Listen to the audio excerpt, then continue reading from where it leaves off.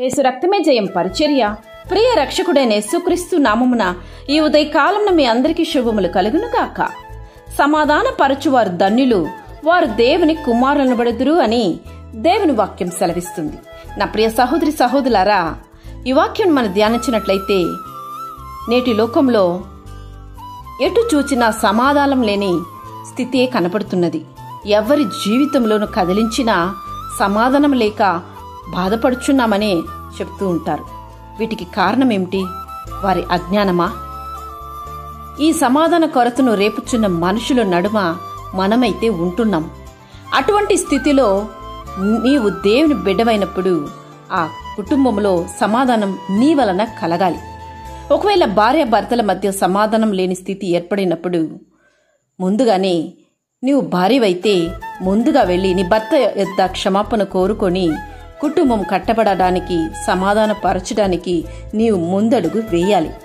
లేక నీవు భర్తవైతే దేవుని చెంత దానికైన జ్ఞానాన్ని అడిగి నీవు తెలుసుకొని నీ భార్యతో సమాధాన పడాలి. ఈ విధంగా నీ కుటుంబం కూలిపోకుండా సమాధానంగా ఉండడానికి నిన్ను నీవే సర్దుకొని ముందడుగు వేయాలి. అప్పుడే నీ కుటుంబంలో సమాధానం కనబడుతుంది. సమాధానం అంటే మనస్పర్ధాల వలన, తిరుగుబాటు వలన, ఎదిరింపు వలన తెగిపోయే బంధాన్ని తిరిగి కలపడం. యేసు ప్రభువు వారు ఈ లోకంలో వచ్చింది మనకు దేవునికిని మనకును మధ్య తెగిపోయిన బంధాన్ని తిరిగి నిర్మించుటకు. ఆయన మనిషికి ఉన్న పాపమే మచ్చలను తొలగించి దేవునితో సమాధానపరిచి మన బంధాన్ని దృఢపరిచాడు. నేడు నీవు కూడా నీ తోటి వారికిని దేవునికిని ఉన్న సంబంధాన్ని సమాధానపరిచి ఆ బంధాన్ని ఇంకా మెరుగుపరచాలి. రక్షణ పొందుకొనుటకు సహాయం చేయము.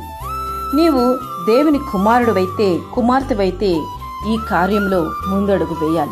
అప్పుడే నీవు దేవుని కుమారుడు, కుమార్తె అని అనబడుదువు.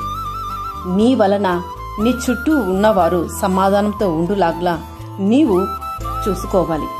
నీ వలన ఎటువంటి కొరతలు, మనస్పర్ధాలు ఎక్కడ కానీ రానివ్వకుండా వీలైనంత వరకు సర్దుకోవడానికి, వీలైనంత వరకు ఆ కుటుంబంలోనూ లేక నువ్వు పనిచేస్తున్న స్థలములోనూ నీ చుట్టూ ఉన్న పరిసరాల్లోనూ సమాధానమే కనపడాలి.